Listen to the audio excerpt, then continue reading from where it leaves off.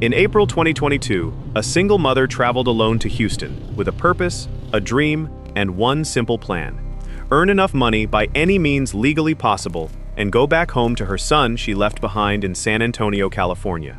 Instead, she vanished. No goodbye, no phone call, no trace. Days later, detectives found something they never expected. Not Felicia. Her cell phone. Abandoned inside a park. Covered in blood. The trail led them to a man she had met only hours earlier. A man investigators say was the last person to see her alive. But by the time murder charges were filed, he had disappeared too. For nearly a year, Felicia's family searched for answers while hope slowly gave way to heartbreak. Where was she? What happened inside that apartment? And how could a young mother travel hundreds of miles in search of a better future, only to never make it home? Today, we trace the final journey of Felicia Johnson, a journey that began with hope and ended in one of Houston's most haunting murder investigations.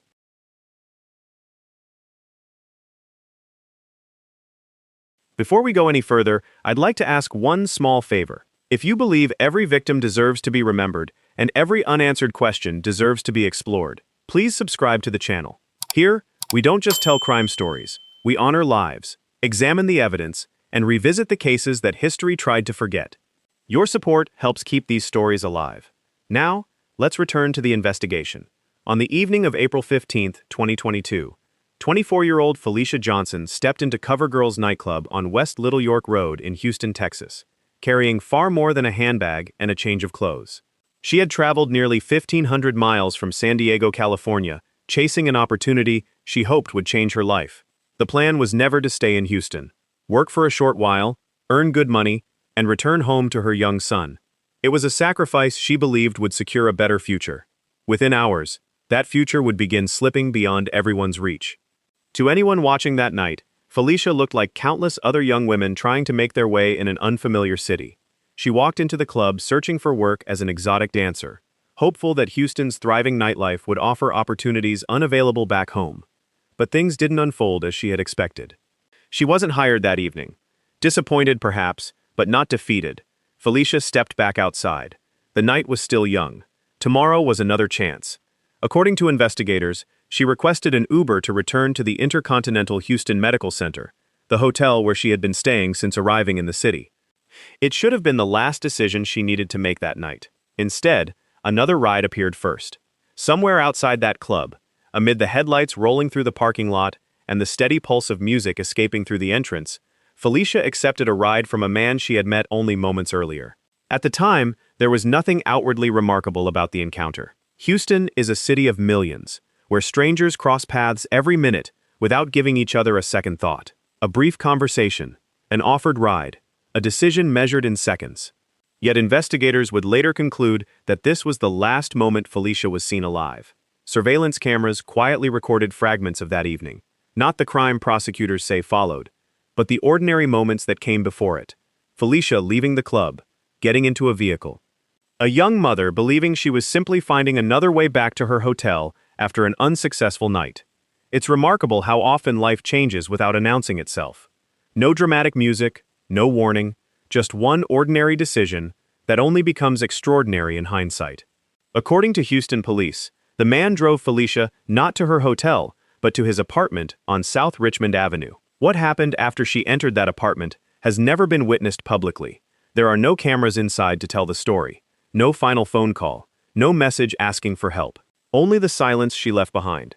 When Felicia stopped answering her phone, those who knew her sensed something was wrong almost immediately. This wasn't a woman who simply disappeared without telling anyone. She was a mother. Her family expected to hear from her. Her son was waiting for her to come home. Hours turned into a day. A day became several. The calls went unanswered. The messages remained unread. Then came the realization every family fears. Felicia Johnson wasn't just missing. She had vanished. For Houston detectives, the investigation began as so many missing person cases do, with a timeline, a handful of surveillance videos, and one pressing question. Where had Felicia gone after leaving CoverGirls? The answer would lead investigators to an apartment, a blood-covered cell phone abandoned inside a city park, and a trail of evidence prosecutors say exposed one of Houston's most chilling murder investigations in recent years. Long before her name became the subject of missing person posters and evening news broadcasts, Felicia Johnson was simply a young mother trying to outrun the limitations life had placed in front of her. She wasn't born into wealth. She wasn't handed an easy life. Like countless young women across America, adulthood arrived early and demanded more of her than most people her age were prepared to give. By her early 20s, she was already balancing two full-time responsibilities: raising a child and trying to build a future sturdy enough to support him. That future was her son. Friends and family would later say almost every decision Felicia made eventually circled back to him. Better work, better income, better opportunities. She wasn't chasing luxury, she was chasing stability. The kind of stability every parent hopes to create before a child is old enough to understand how difficult it was to build. She grew up in San Diego, California, surrounded by a family that, while not untouched by life's hardships, remained deeply connected. The Johnsons weren't strangers to one another. When Felicia disappeared, they mobilized almost instinctively, refusing to accept that she had simply chosen to walk away. At the center of that determination was her father, Kevin Johnson. From the moment he realized something was wrong, Kevin threw himself into finding his daughter. He flew to Houston, stood before television cameras, pleaded with the public, and demanded answers from anyone who might have them. Every interview carried the same quiet desperation of a father who refused to believe his child had simply vanished into one of America's largest cities. For Kevin, this wasn't just another missing person case. It was his little girl, and somewhere hundreds of miles from home, she was alone. Felicia's family understood something investigators would soon come to appreciate as well. Disappearing wasn't in her nature. She wasn't the kind of person who ignored her family for days at a time. She answered calls, she checked in. Most importantly, she would never willingly disappear from her son's life. The little boy she had worked so hard to provide for had become the center of her world, and everyone who knew her found it impossible to believe she would abandon him without a word. That conviction would become one of the earliest signs that investigators weren't looking for a voluntary disappearance. They were looking for a crime. To understand why Felicia traveled to Houston, you have to understand the financial reality she was living.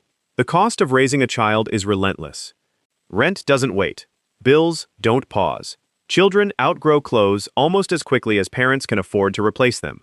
Like many single mothers, Felicia was searching for an opportunity that could change her circumstances in months instead of years.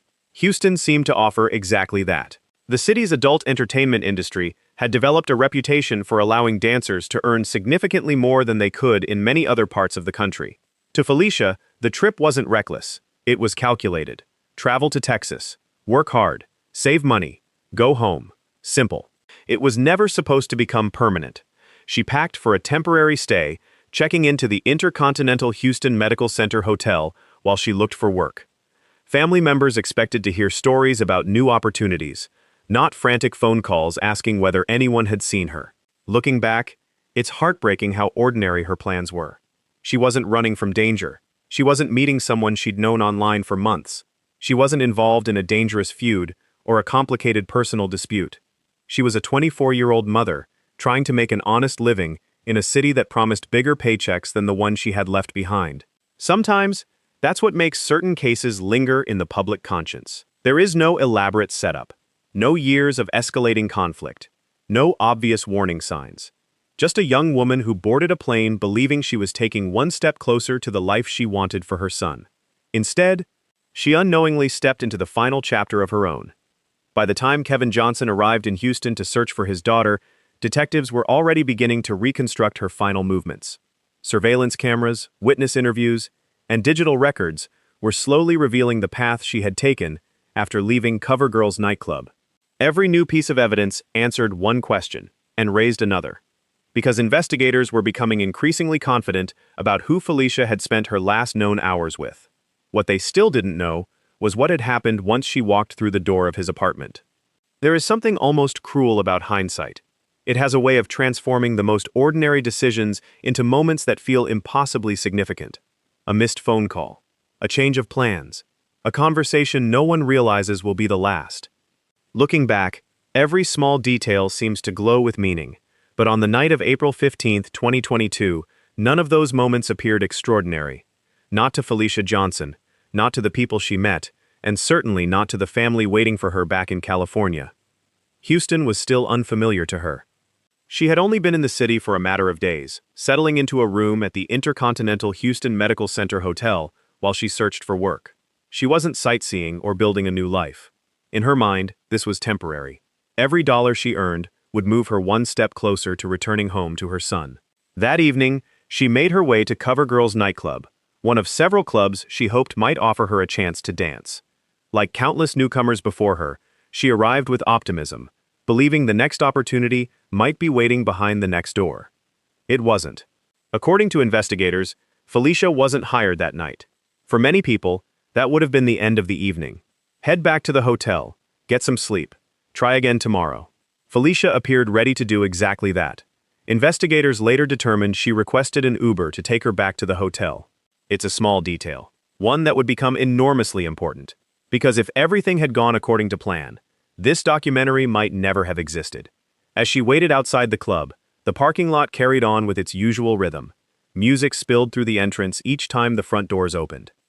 Customers drifted in and out beneath the glow of neon lights. Cars pulled into parking spaces while others disappeared into the Houston night. Somewhere in that ordinary flow of strangers, Felicia met Chukwuebuka Nwobodo. Investigators say the two had no long history together, no months of messages, no prior relationship. Their paths crossed that night, and according to prosecutors, he offered her a ride. Perhaps it seemed more convenient than waiting. Perhaps she simply wanted to get back to the hotel after a disappointing evening. Or perhaps she believed she would be there within minutes. Whatever transpired between them has never been fully known. What investigators do know is this: Felicia got into his vehicle. It was the last confirmed decision she ever made. Surveillance footage would later become one of the investigation's most valuable witnesses. Cameras captured fragments of the evening, not enough to reveal what happened, but enough to establish a timeline. Detectives painstakingly stitched together those silent recordings like pieces of a shattered mirror, following Felicia's movements from one camera to the next until the trail narrowed toward a single destination: an apartment on South Richmond Avenue. According to Houston police, Nwobodo drove Felicia there sometime after they left the club. Then, the trail simply stopped. No security camera recorded her walking back outside. No witness reported seeing her leave. No rideshare picked her up. No purchase appeared on her bank accounts. No calls. No text messages. Nothing at all. For detectives, those absences spoke as loudly as any eyewitness could. People don't simply evaporate. Every person leaves traces behind. Financial transactions, digital activity, surveillance images, conversations. When those traces suddenly cease, investigators begin asking a different question. Not where did they go, but what stopped them from going anywhere at all? Back in California, Felicia's family had no idea that investigators would soon be asking those questions. They only knew something felt terribly wrong. The daughter who always checked in had fallen silent. The mother who lived for her little boy had disappeared without so much as a goodbye. Kevin Johnson didn't believe it for a second. His daughter hadn't started a new life. She hadn't abandoned her son. Somewhere in Houston, something had happened to her. And he was determined to find out what. Within days, what began as a missing person investigation would take a devastating turn. Detectives would recover an item that should never have been found where it was. An item carrying both Felicia's identity and the first unmistakable signs that they were no longer searching for a missing woman. They were searching for her killer. The first thing the crime scene technicians noticed wasn't the blood. It was the silence. Inside an evidence room at Houston Police Headquarters, a cell phone rested beneath bright forensic lights, sealed inside a transparent evidence bag. It looked almost ordinary. A black smartphone, no different from the thousands carried through Houston every day. Except this one had been found abandoned in Bear Creek Pioneers Park, and according to investigators, it was stained with blood. For detectives, that phone became the first witness willing to tell the truth. Not through words, through data. By then, Kevin Johnson had already arrived in Houston. He wasn't difficult to recognize. Every morning seemed to begin the same way. Another television interview, another stack of missing person flyers tucked beneath his arm. Another drive across a city he barely knew, searching neighborhoods his daughter had only just begun to explore. Somewhere beneath the crushing exhaustion, he still clung to a father's impossible hope that someone would recognize Felicia's face, pick up the phone, and tell him she'd been found alive. Instead, the calls coming into investigators painted a different picture. The recovery of Felicia's cell phone had already shifted the investigation in a direction no family wants to hear. Detectives no longer believed they were searching for a woman who had simply lost contact with loved ones.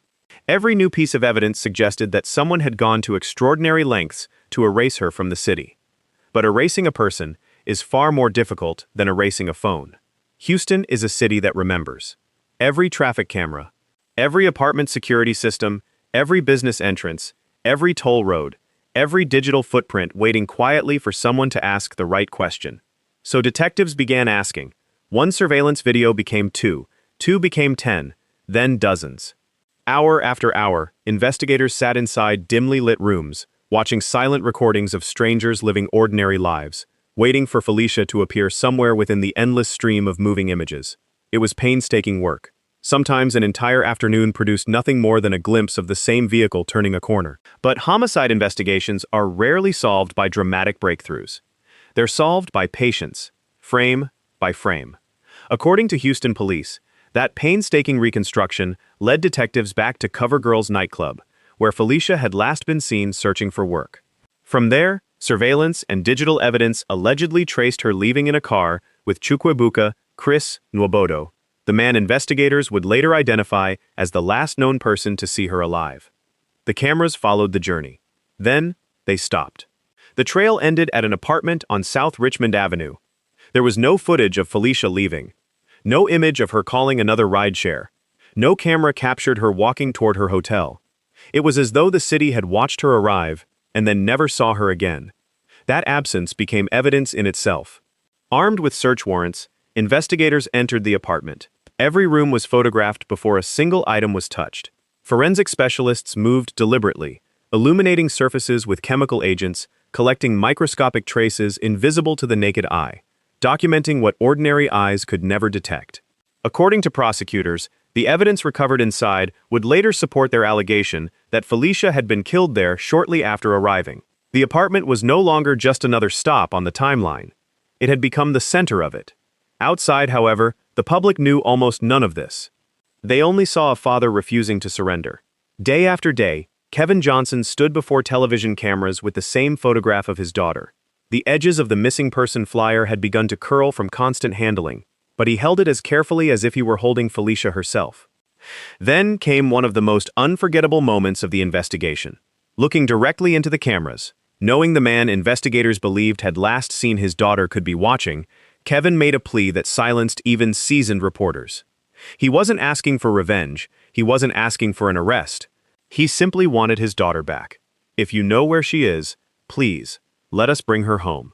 It was a father's voice stripped of everything except hope.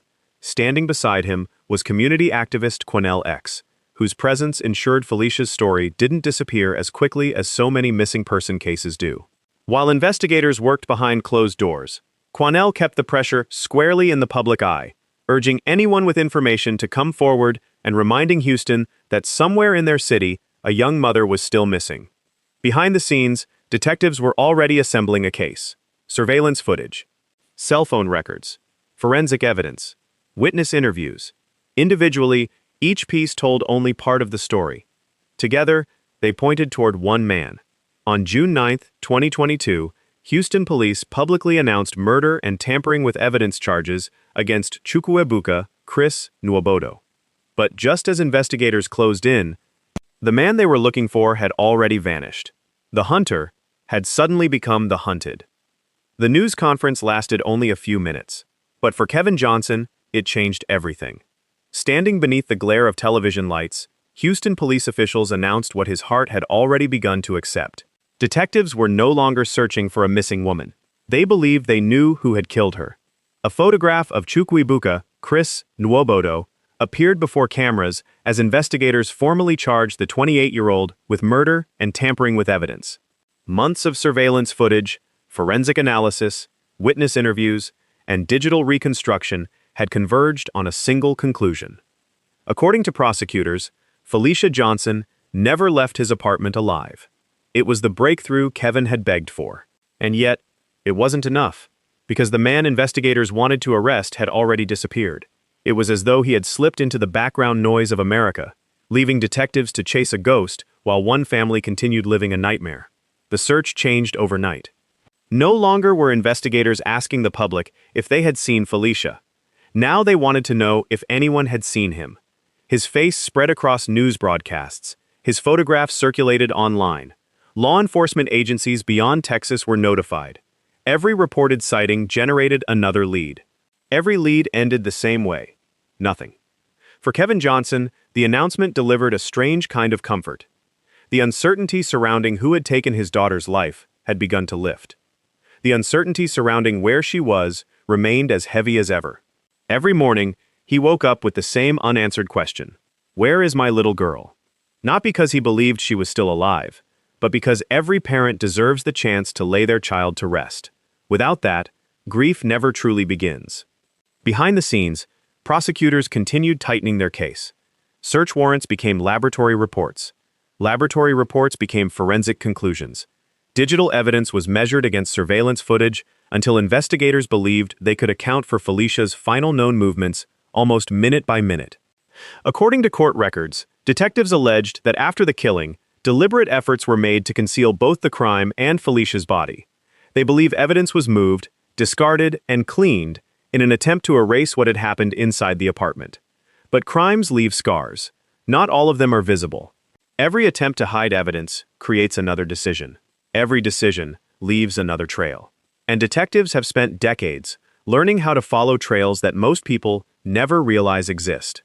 While investigators pursued the fugitive, another search unfolded far from television cameras.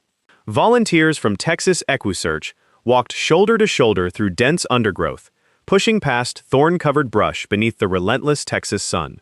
Hour after hour, they swept fields, creek beds, abandoned properties, and heavily wooded terrain, calling out to one another as they searched for the smallest sign that Felicia had passed that way.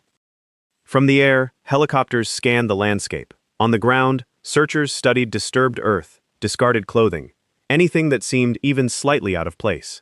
Most days, they found nothing, but they came back anyway, because someone had to. As spring gave way to summer, and summer slowly surrendered to autumn, Houston continued moving forward. The clubs reopened every evening. Traffic filled Interstate 10. The skyline glowed against the night. For everyone else, 2022 was passing. For Kevin Johnson, it was still April 15th. Every interview ended the same way. Every prayer asked the same question. Every flight back to Houston carried the same fragile hope. Then, after nearly a year of searching, the telephone finally rang. It wasn't the call he'd spent months praying for. It was the one every family dreads. Deep inside Sam Houston National Forest, investigators had discovered human remains. The forest had guarded its secret for months. Now, it was finally ready to give one back. But before detectives could tell Kevin Johnson that his search was over, they first had to answer one final question. Whose remains had they found? The call came nearly 10 months after Felicia Johnson disappeared. By then, hope had learned to disguise itself. It no longer looked like certainty. It looked like a father answering his phone every time it rang. It looked like another flight to Houston, another interview, another prayer whispered into the silence. Then, in February 2023, deep inside the towering pines of Sam Houston National Forest, a forest stretched for more than 160,000 acres, its winding dirt roads disappearing beneath a canopy so dense that daylight struggled to reach the ground. It was the kind of place where the sounds of civilization dissolved into birdsong and rustling leaves. A place vast enough to hide secrets for years. Investigators made a discovery that brought months of searching to a heartbreaking halt. Human remains, severed beyond recognition. For almost 1 year, it had hidden one of Houston's most painful ones. Crime scene investigators carefully cordoned off the area, moving with the deliberate precision that accompanies every recovery. Photographs were taken before anything was touched. Every fragment of evidence was documented. Every inch of the scene was treated with the understanding that, even now, this place might answer questions no witness ever could. Back in California, Kevin Johnson waited. There are few moments more agonizing than waiting for a phone call you already know will change your life. Until DNA testing was complete, there remained the smallest sliver of hope, the desperate hope shared by so many families in similar circumstances that perhaps the remains belonged to someone else. Perhaps this nightmare still had another ending. Weeks later, that hope disappeared forever. The DNA matched. The remains were Felicia Johnson's. Nearly a year after she had boarded a plane believing she was building a better future for her son, she was finally found. Not in the embrace of the family who had searched endlessly for her, but in a forest more than an hour from the city where her journey had ended. For Kevin, the search was over. The grieving could finally begin. When he spoke publicly afterward, there was no anger loud enough to drown the heartbreak. Only the unbearable reality that his daughter, the young woman who had left California with plans, ambitions, and dreams for her little boy, was never coming home alive. She had left in search of opportunity. She returned as evidence. Meanwhile, prosecutors continued preparing the case they intended to present in court. According to investigators, the evidence formed a chain that began outside CoverGirl's nightclub and ended in the quiet isolation of Sam Houston National Forest. Surveillance footage, digital records, forensic findings, cell phone evidence, the apartment on South Richmond Avenue. Piece by piece, detectives believed they had reconstructed the final chapter of Felicia's life. But one critical figure remained absent. Chukwuebuka Nwobodo was still missing. Despite murder charges being announced months earlier, authorities said he had fled before they could arrest him. The search expanded beyond Houston, as federal authorities joined the effort to locate him. His face appeared on wanted bulletins. Investigators followed leads across jurisdictions, determined that the case would not end with an empty courtroom. For Felicia's family, justice had become a journey of its own. Finding her had answered the question that haunted them every morning: where is she? But another question still lingered. When would the man accused of taking her life finally be forced to answer for it? Because bringing Felicia home was only half the battle. The other half would be fought inside a courtroom, where evidence, not emotion, would determine whether the state could prove, beyond a reasonable doubt, what detectives had spent months painstakingly piecing together. And for Kevin Johnson, that was a day he had vowed to live long enough to see. For nearly 3 years, Chukwuebuka Nwobodo existed in two worlds. To Houston police, he was a man wanted for murder. To Kevin Johnson, he was the one person who could answer the question that had haunted his family since the spring of 2022. Why? By the time investigators publicly announced murder and tampering with evidence charges against Nwobodo in June 2022, he was already gone. While detectives were assembling surveillance footage, forensic evidence, and witness statements into a criminal case, the man they intended to arrest had quietly fled the United States. For a while, it seemed as though he had simply vanished. His photograph circulated across news broadcasts. His name appeared in law enforcement bulletins. Tips arrived from across the country, each one carrying a flicker of hope before fading into another dead end. Months turned into years, and with every passing season, there was an unspoken fear that the man accused of killing Felicia Johnson might never stand before an American courtroom. But some investigations refused to die. Some detectives refused to quit. Behind the scenes, the search had expanded far beyond Texas. Federal authorities worked alongside international law enforcement, following every lead that crossed national borders. Eventually, that trail led thousands of miles away, to Abuja, Nigeria. On January 23, 2025, after years on the run, Interpol and the Nigeria police force arrested Chukwuebuka Nwobodo. A fugitive who had once slipped beyond the reach of Houston detectives was finally in custody. For Kevin Johnson, it wasn't closure, but it was movement. For the first time since his daughter disappeared, justice no longer felt like a distant promise. It felt possible. The legal battle, however, was far from over. International extradition is rarely swift. Court proceedings unfolded in Nigeria as authorities worked through the legal process required to return Nwobodo to the United States. Months passed as lawyers argued and judges weighed the request. Then, on April 14, 2026, the process reached its conclusion. Nwobodo was extradited to Harris County, Texas, where prosecutors had been waiting for years to place him before the court and proceed with the murder case they had painstakingly built. For Felicia's family, it was a moment they had wondered if they would ever see. Not a conviction, not a sentence, but accountability is beginning to take shape. As of this documentary, the criminal case remains before the courts, and no final verdict has been publicly issued. The charges against Nwobodo are allegations, and under the American justice system, he is presumed innocent unless and until those allegations are proven beyond a reasonable doubt in court. That principle exists for every defendant. but it does nothing to lessen the grief of those left behind. For Kevin Johnson, no courtroom can restore the years stolen from his daughter. No verdict can give a little boy his mother back. No sentence can erase the moment a hopeful journey to Houston became a tragedy that captured national attention. Felicia Johnson left California believing she was investing in her son's future. She never returned home. Instead, her name joined the long list of victims whose stories remind us how quickly an ordinary decision can alter countless lives forever. Yet if there is one lesson to take from this case, it is this: distance is not always an escape. Time is not always a shield. And while justice may move slower than grieving families wish, it has a remarkable way of continuing its pursuit long after headlines fade and television cameras move on. For nearly 3 years, investigators refused to let this case grow cold. A father refused to stop speaking his daughter's name. And across continents, through forests, courtrooms, and international borders, the search for accountability never truly ended. Felicia Johnson deserved more than to become another headline. She deserved the future she imagined the day she boarded that flight to Houston.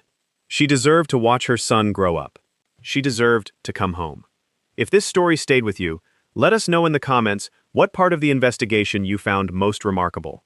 And if you appreciate crime documentaries that focus not only on the evidence, but also on the lives behind the headlines, consider subscribing.